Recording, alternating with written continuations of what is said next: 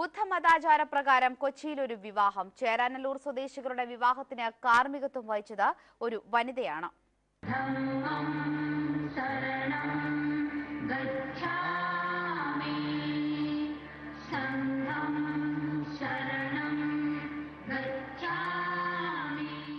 ചേരാനല്ലൂരിലെ ഒരു കല്യാണ മണ്ഡപത്തിൽ ബുദ്ധസൂക്തങ്ങൾ മുഴങ്ങി. തുണ്ടിപ്പറമ്പ് വീട്ടിൽ ഉദയനും നെടിയകുളങ്ങര വീട്ടിൽ വിദ്യയുമാണ് ബുദ്ധമതാചാരപ്രകാരം വിവാഹിതരായത്. 5 വർഷമായി ബുദ്ധമത വിശ്വാസികളാണ് ഇരുവരും. കേരളത്തിൽ അപൂർവമെങ്കിലും ബുദ്ധമതാചാരപ്രകാരമുള്ള വിവാഹം മതിയെന്ന് തീരുമാനിക്കുകയായിരുന്നു. വിവാഹത്തിന് കാർമ്മികത്വം വഹിക്കാൻ നാഗ്പൂരിൽ ഡോക്ടർ അംബേദ്കർ തുടക്കമിട്ട ബുദ്ധമത കേന്ദ്രത്തിൽ നിന്നും ആളുകളെത്തി. മുഖ്യ കാർമ്മികത്വം വഹിച്ചത് ധർമ്മചാരിണി മൈത്രി ചിത്ത എന്ന വനിത.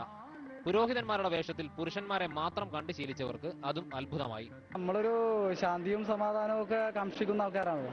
അപ്പൊ അതിന്റെ ഭാഗമായിട്ട് നമ്മൾ ഇത്തരത്തിലേക്കുള്ള മാർഗങ്ങൾ സ്വീകരിക്കാറ്. നമ്മുടെ പൂർവികരെല്ലാ മതങ്ങളും സ്വീകരിച്ചു നോക്കിയിട്ടുണ്ട് ശാന്തിയും സമാധാനവും പുലർത്തുന്നതിന്.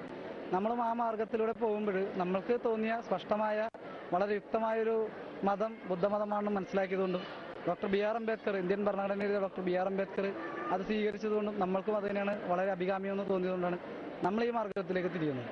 ലളിതമായിരുന്നു ചടങ്ങുകൾ. താലികെട്ടില്ല, കയ്യിൽ നൂലുകെട്ടി.